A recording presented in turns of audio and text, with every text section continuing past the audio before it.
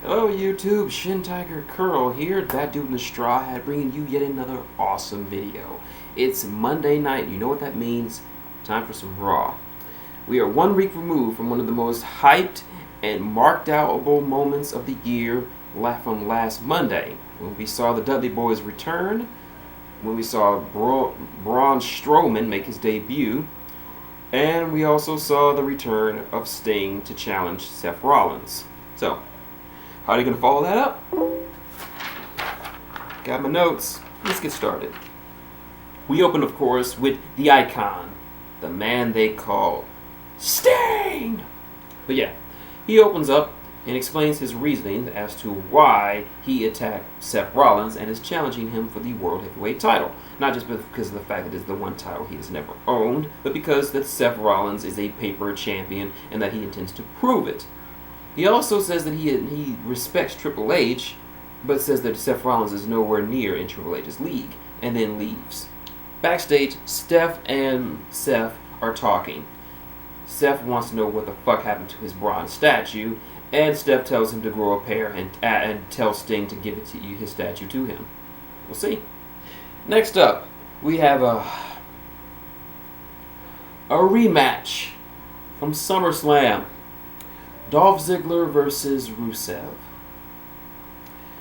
This was an okay match until the end when Summer Rae involved herself in it. I fucking hate this storyline.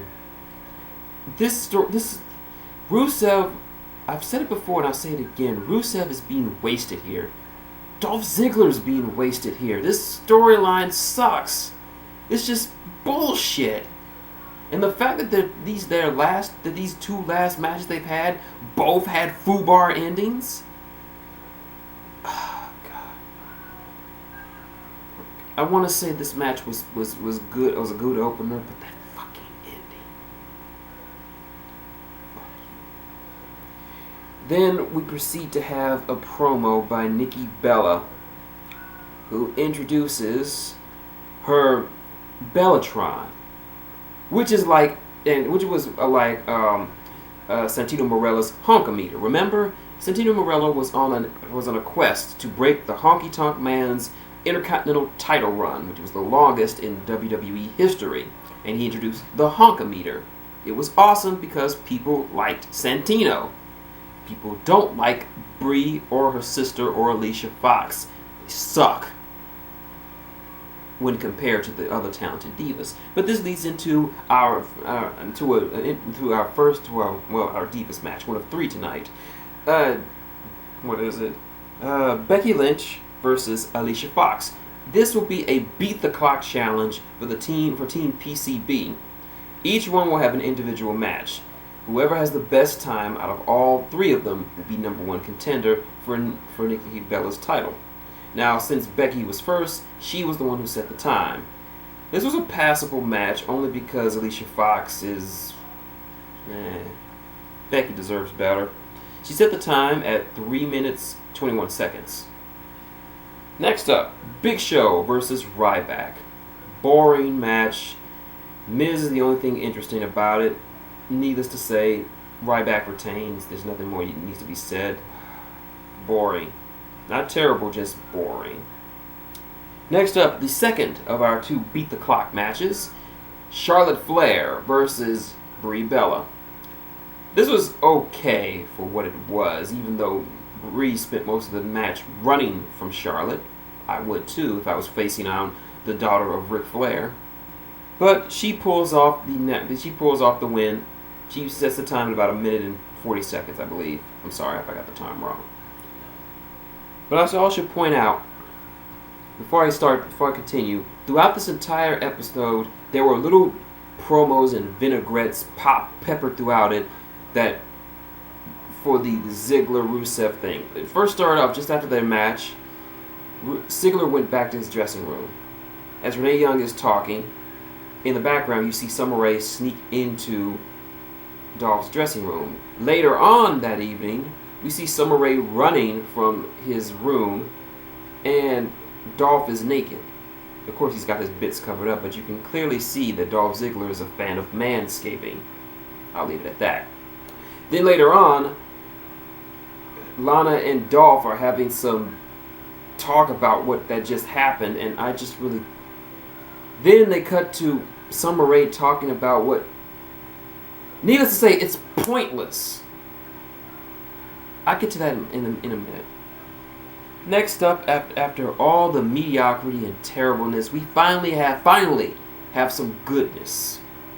That one of my new subs, I would only call her T, hi, she really, really liked. Why? Because it's Cesaro versus Kevin Owens. And she has admitted on many occasions that she finds Kevin Owens to be a lovable, cuddly teddy bear. She just wants to hug him. Would you ever think? Did you ever think you would ever hear a woman say that Kevin Owens is sexy? But anyway, Kevin Owens, Cesaro. This is a fantastic matchup. Match of the night, easily. These two men have just showed us once again why they need to be pushed. Specifically at Cesaro. This is a nice back and forth matchup that showcased their individual styles and strengths. The end starts when Cesaro gets knocked into the announcer's table, damaging his side, possibly cracking a rib. It looked like it really hurt, so he might have been legitimately injured. I don't know, maybe, but I hope it's not nothing too serious because he really can't afford to get injured right now. He tries to go for the Cesaro swing on Kevin, but his side is acting up. Kevin attacks him and hits him with the pop-up powerbomb. 1, 2, 3. Kevin Owens is 2-0 against Cesaro. I could be wrong. But anyway, great match. Next up, we have the debut match of the newest member of the Wyatt family, Braun Strowman. I hope I'm pronouncing that right. Braun Strowman versus the Titty Master, Dean Ambrose. This was a pretty good match, and it showcased, it did its job of making Braun look like a total beast. I mean, he looks like he could fuck shit up, and he fucked it up tonight. Even though the match kind of ended in foobar, it still was a good match to showcase just that Braun Strowman is a threat. That as dangerous as the Wyatts were before, now they are on a completely different level with this black sheep in the family. And he completely destroys both Dean and my friend T's new husband, Roman Reigns. Yeah. Next up, the final match in the PBC Beat the Clock Challenge. Paige versus Sasha Banks. Actually, surprisingly, this was a good match even though it lasted barely a minute. You could sense the urgency in Paige's mannerisms. The psychology was great in this matchup. They're just trading moves back and forth. Just a quick succession of moves and counter moves. This was a fantastic matchup, even though it didn't last that long. But this just goes to show you that both Sasha and Paige are magnificent athletes in their own regard. But still, Paige failed to get a win over Sasha Banks, resulting in Charlotte being the #1 contender. I have promise for you, Sasha, for you, Charlotte. Bring that belt to Flair country. Next up, last match of the night. The New Day versus the Dudley Boys.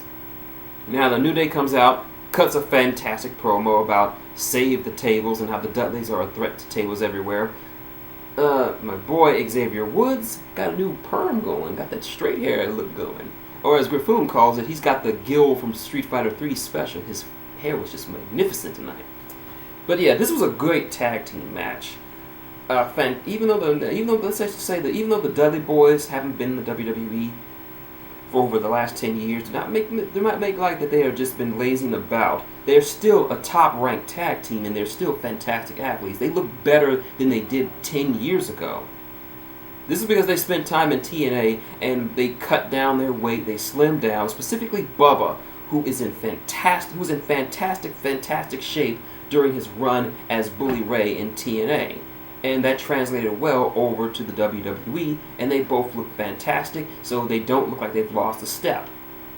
So they can hang. Not only can they hang with the younger talent, but they can give them a run for their money. They can dominate them if they wanted to. But needless to say, this ends with a Dudley Death Drop.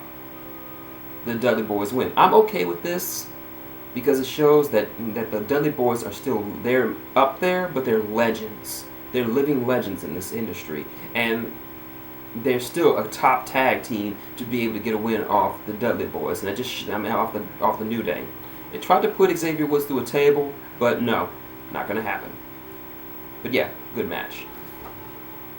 Finally, Seth Rollins comes out to call out Sting. He talks about Sting and says that he really shouldn't be talking shit about him, that he is just as good, that he should apologize for, and saying that what he said, that he's not as good as Triple H, is wrong. Steph comes out, and she warns him, like, hey, I like you and all, Seth, but keep my man name out your mouth. He's like, I'm sorry, please don't hurt me.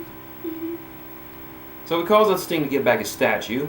John Cena comes out for the first time since Raw began, and says that he's cashing in his rematch against Seth Rollins for the United States title.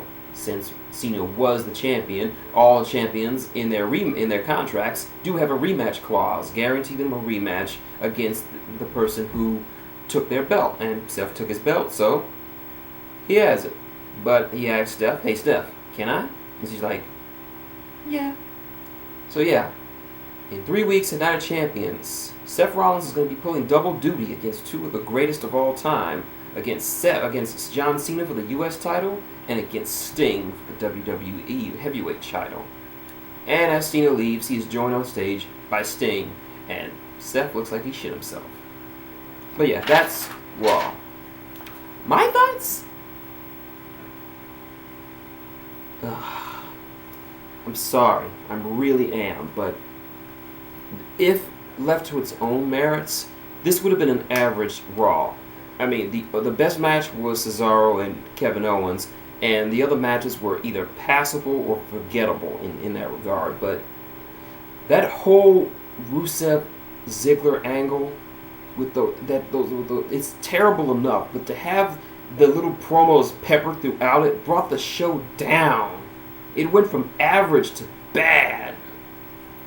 I'm sorry. Even with Cesaro, even with the solid match of Cesaro and Kevin Owens and the great tag match between the Dudleys and the New Day, it was that fucking angle with Rusev and Dolph Ziggler that brought this down.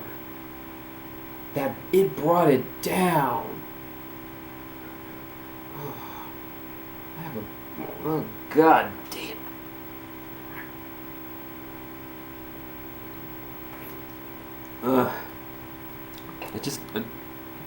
I just needed to get that taste out of my mouth. My God, but it was average. But those little promos and vinaigrettes killed this Raw. And no amount of good matches could have saved it. This could have been an average Raw or a passable Raw, but those little bits brought it down. And hence my D-Cell Battery Award. For those of you who don't know, I don't have a D-Cell battery with me, but I would. But a D-Cell Battery Award, which I have used on the WrestleCast with Matty J and TWK, is an award goes to a person, group, or storyline in professional wrestling that deserves getting hit by a D-Cell battery by me. And Dolph Ziggler and Rusev's feud is one of those. I would really do that. But anyway, yeah. That's my video. If you like what you see, link, comment, subscribe below. Got any questions, comments, or just want to talk wrestling? Leave them below, I'll get back to you. You want to support the channel? Hitting that like button helps, as does hitting one of these mini advertisements scattered around this channel. I could use it. Or also, it's up there. You know what to do. So until next time, this has been shintigercurl, that dude in the straw hat, saying good day. And god damn, that feud is terrible. Damn.